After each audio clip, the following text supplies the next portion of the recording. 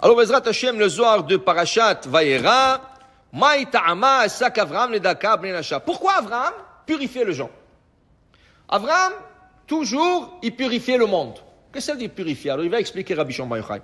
Begin diu taor. D'abord, Avram était un homme pur. Okay? Un homme pur. Regardez, la Gemara nous dit, la Gemara nous enseigne, il y a un passage dans le Talmud qui dit comme ça. Quel est le nom de tel? La mère de tel? La mère de tel? La mère de tel? Alors, on arrive là-bas. Quel est le nom de la mère d'Avraham Avinu? La Torah n'en parle pas. Mais la Gemara en parle. Amtelai bat Karnevo. Amtelai bat Karnevo.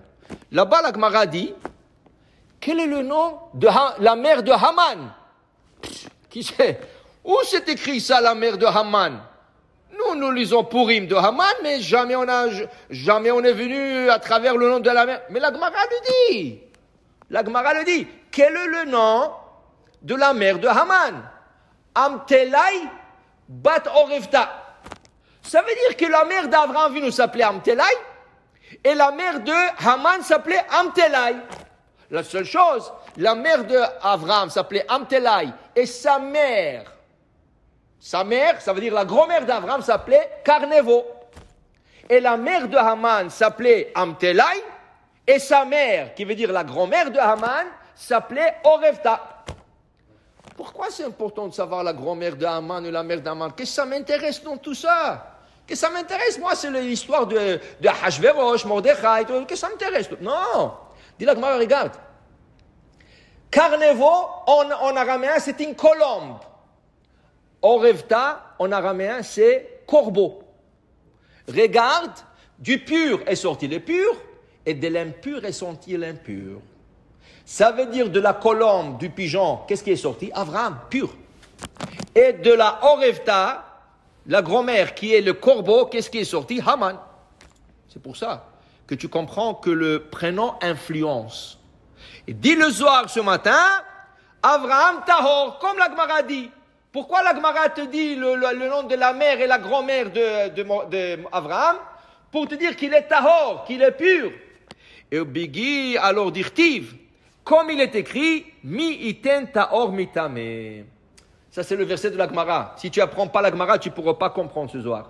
La Gemara emmène ce verset. Mi iten. Regarde comment Tahor, impur, est venu du Tamé. Ça veut dire Nahor et Terach. Et Nahor qui était impur, sorti de Avraham qui est pur. Mais à cause de quoi? À cause de la mère et la grand-mère qui étaient pures. Le prénom était au moins pur. Alors il dit ici, Rabbi Shimon Amar, dit Rabbi Shimon Bar Yochai, Begin le takana ahu dargad Avraham. Umaï. Avraham, pour purifier le monde, qu'est-ce qu'il utilisait? L'eau. C'est la paracha cette semaine. La première chose, quand les 3 anges sont venus, ils ne savaient pas que c'était des anges. Ils croyaient que c'était des idolâtres. Yukachna me'atmaim.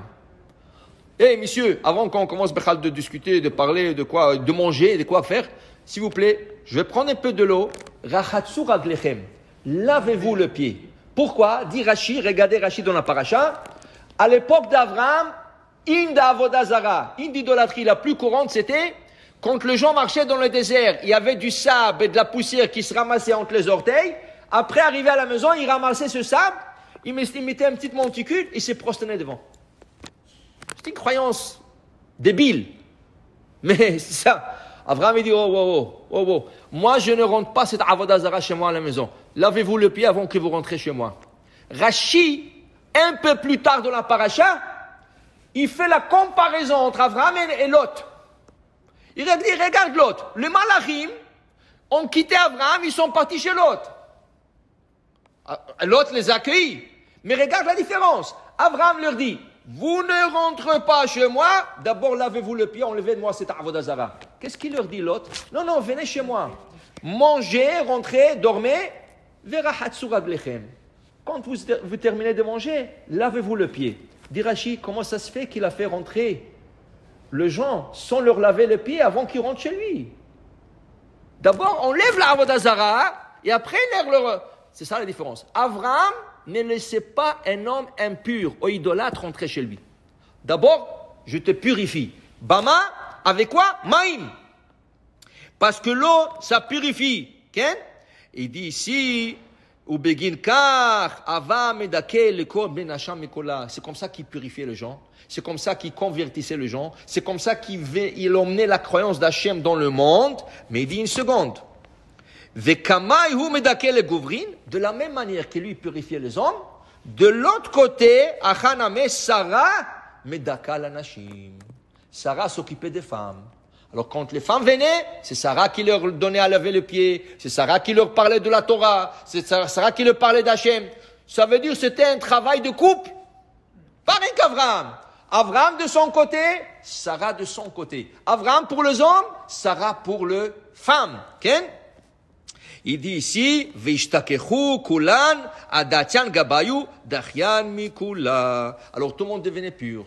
Dit le Zohar, viens voir quelque chose. Tahazé, viens je te montre quelque chose. Abraham avait une plante d'arbre. Il avait une plante d'arbre. Là où il voyageait, dit le Zohar, okay? Et là où il voyageait, vélo avasalik. Il plantait, ça prenait pas racine. Là où il mettait cette plante, là où il plantait, ça prenait pas racine. Combien ça prend de temps pour avoir une racine? Machlok est dans le Shulchan Aruch. Il y en a qui disent 3 jours, il y en a qui disent 2 semaines. Mais 2 semaines, c'est le maximum. Si après 2 semaines, la plante n'a pas pris racine, elle va plus prendre. Et Abraham voyageait pourtant beaucoup. Là où est-ce qu'il allait, il avait cette même plante, même. Il plantait, ça donnait pas. Il l'enlevait de la terre. Il allait, il continuait. Parce qu'il voyait que la plante est encore bien, mais elle n'attrapait pas la terre. Dit le Zohar, jusqu'à Bar Besha'ata de Diure Be'ara de Knaan, jusqu'à arriver à Knaan. Arrivé à Knaan, planter cet arbre, Vaïta Avram Eshel Biber Shava. C'est là qu'elle a pris racine. Elle a donné un grand arbre avec beaucoup d'ombre et tout ça. Il savait que c'est là qu'il doit être. Okay? Maintenant, dit le Zohar, cet arbre était spécial. Pourquoi? Tout celui qui rentrait chez Abraham Avinu, il était idolâtre, l'arbre tout de suite levait les branches. Il ne voulait pas donner de l'ombre. Et la personne était directement sous le soleil. Abraham savait que c'était un idolâtre, qu'il faut s'occuper un peu plus de lui. Et quand la personne venait chez lui et l'arbre donnait son ombre, il savait que celui-là, peut-être il n'est pas croyant en Hachem, mais il n'est pas idolâtre. Parce qu'il y avait des gens athées. Il y avait des gens qui ne croyaient pas dans tous ces idoles, mais ils n'avaient pas d'autres à croire. Alors au moins Abraham le rapprochait vers la Torah. Et c'est comme ça qu'Abraham savait qui est idolâtre, qui n'est pas idolâtre. Grâce à cet arbre qui était un arbre de miracle. Amen ve amen.